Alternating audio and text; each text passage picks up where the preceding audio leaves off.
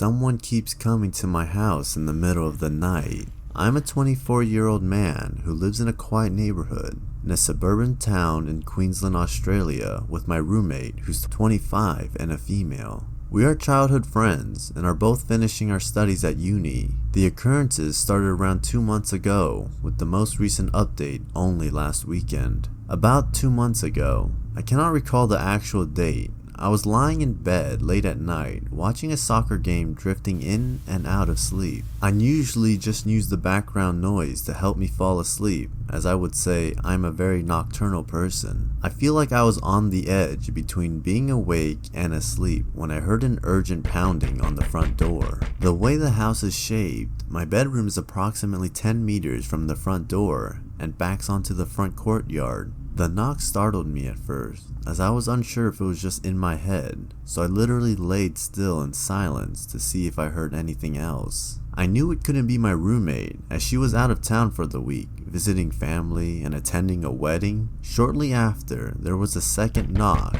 just as hard, but no one yelled out or anything. I'd like to say that I'm not easily scared and enjoy watching horror movies in my free time, but I found myself frozen in place and not able to move. No further knocks came, but I was too frightened to fall back asleep and didn't end up resting until around 4 a.m. I called my roommate in the morning, asking her if she knew anyone that could have come to our door in the night, but she was just as confused as I was. A week passed by, and I didn't really think much of it anymore. I sort of came to the conclusion that it was maybe someone drunk that mistaken our house as theirs, as it was a Saturday night when it happened. I work in a large chain grocery store, doing night stacking a few days a week, with my shifts ending between 2 to 4 a.m. usually. It was the next Saturday, and I was approaching the end of my shift when my roommate texted me saying someone was knocking on the front door again. Even though I wasn't there, I was struck with the same kind of fear I had experienced the week prior. She reassured me that the doors were all locked, but was scared knowing the same thing happened to me the week prior. She kept in touch with me until my shift was over and told me that there was no second knock. When I arrived home, the front yard seemed untouched and that there was no one out there walking the street. I must reinstate, it is a very quiet neighborhood with many elderly couple living on our street. In the morning, my roommate still seemed a bit shaken up, so I put in an anonymous tip with a Crime Stopper service, but they never got back to me. Nothing else happened for the following month and a half. We were both going on with our lives like it never happened, but I stopped working Saturday nights, as this was the only similarity between the two occurrences. That was until the most recent Saturday.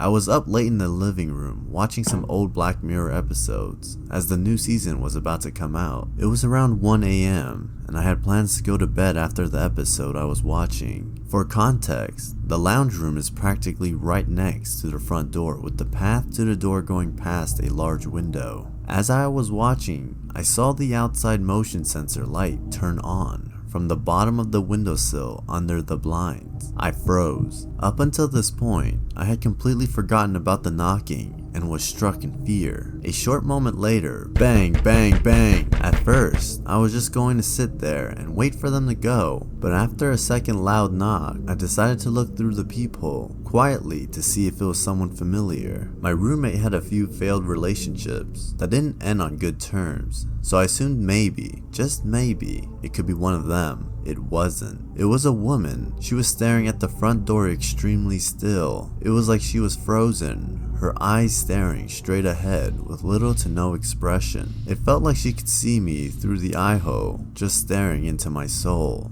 I couldn't move. She stood there for another 2 or so minutes, until she looked at the side and ran off. I called the cops and explained on the phone what had happened, and they sent someone out shortly later. They checked the cars parked on the street, but came up empty-handed, as there was no damage, and told me to call back if anything happened again. The thing I couldn't get out of my head was the way she stood there, emotionless, staring straight ahead, and the way she ran off. She looked to be in her mid-30s, maybe 40, but was wearing a small nightdress and no shoes. Not only was this out of the ordinary, but it was freezing outside. Since then, I have ordered one of those doorbell cameras in case she does come back, but to be completely honest, I flinch whenever someone knocks on that door now.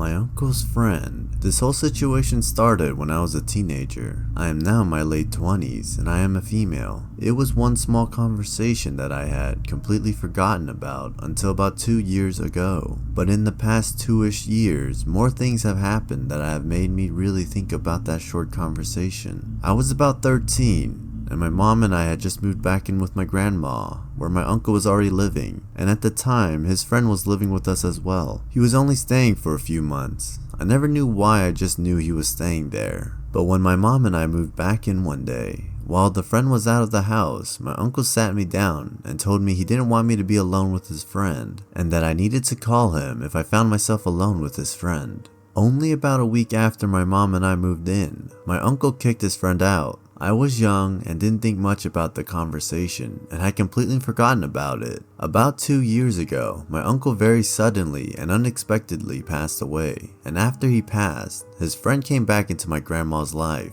I think my grandma kinda used my uncle's friend as a replacement for my uncle, and at first everything seemed fine, but after a few visits, I started feeling weird around him, and I didn't know why. Then I remembered that conversation my uncle had with me, but I tried to move past it because it was over 10 years ago that we had that conversation, and he is married to a lovely woman, so I thought maybe things had changed. He made a lot of dumb jokes that I never found funny, but were always harmless. An example would be me coming home with a bowl of some snacks, cause my coworkers and I share our snacks with each other, and he would ask where is his share. Small stuff like that. But then he made some jokes about what I was wearing that felt a little uncomfortable, but I was used to my family making similar jokes, so I brushed it off. Things like, oh, who are you trying to impress going out like that? And you must be fighting off men left and right, and other similar comments. I started avoiding leaving my room at that point when he would come over, but sometimes interactions with him were unavoidable because he would be here when I was getting home from work, or he would come over without warning. Another bit of backstory, I am engaged to a man who lives in a different country, and when I have gone to visit him, I have fallen in love with where he lives. On top of that, it's more affordable and overall much safer for us to live there, so we are working on me moving to be with him. Well, I didn't tell my uncle's friend anything because he makes me uncomfortable, but I know my grandma shares everything with him, so he knows about this situation, and he has on more than one occasion asked me why I was moving, and I would explain that it's because that's where my fiance lives, and I absolutely love everything about where he lives. My uncle's friend will always come back with, oh, of course it's for a boy, and has also made comments along the lines of, oh, I guess you're in love. I just don't understand it, but whatever. Like he acts bothered that I am engaged and moving away, but again, I would just hide myself away in my room and constantly convince myself that I was reading into things and overreacting. I also knew I couldn't say anything to my grandma about it because my family is one of those, if you don't want comments, you need to cover up. And I am not allowed to wear shorts around male family members, because what if they look at me and have bad thoughts? Then that's my fault. Now all of these small instances were very uncomfortable, but I just ignored them, hid in my room, did what I could to avoid the situations. Then something happened today, and now I'm just feeling icky. I went into work and my coworker told me how yesterday a man fitting the description to a T to my uncle's friend came into my work in the afternoon, after I had already left, asking about me.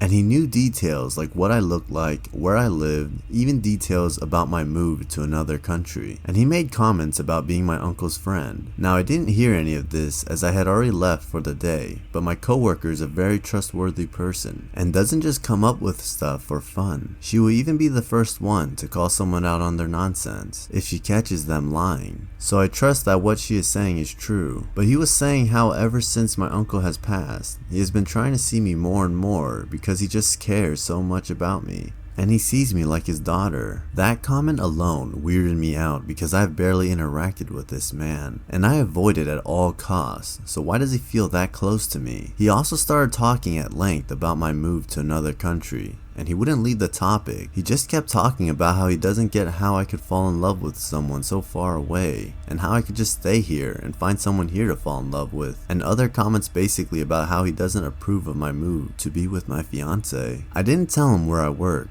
but I knew my grandma would have, but it still weirds me out that he came into my workplace looking for me and then talking at length with my coworkers about my choices and my future, and how he doesn't like it when I barely know him. I just can't wait to get out of this house and far, far away from him. Thank you, mister. It was the mid-90s and I was in 6th grade, which was middle school where I live. One morning I was walking into the entrance to the 6th grade hall, and there happened to be a small food delivery truck parked right by the building. On my way in, the driver called out to me, "Do you want some chips?" The driver dangled a bag of chips in the air, and he had what I'd consider a cartoonishly creepy grin. I immediately knew the guy was trying to lure me over. It was almost like something out of a poorly acted PSA on how not to get kidnapped off the street. So much so that I wasn't even scared, more like it was so obvious that my brain clicked immediately and said, "Oh, this is one of those bad guys they always tell the kids about." I just smiled, shook my head, and continued into the building and about my day like nothing happened. It's almost comical in retrospect because years of overly protective 80s and 90s parenting kicked in, and I passed without missing a beat. It's only as an adult when I realized some very bad things could have happened to me. I just wished I thought to tell an adult at the time, but as far as my kid instinct was concerned, the threat had been resolved.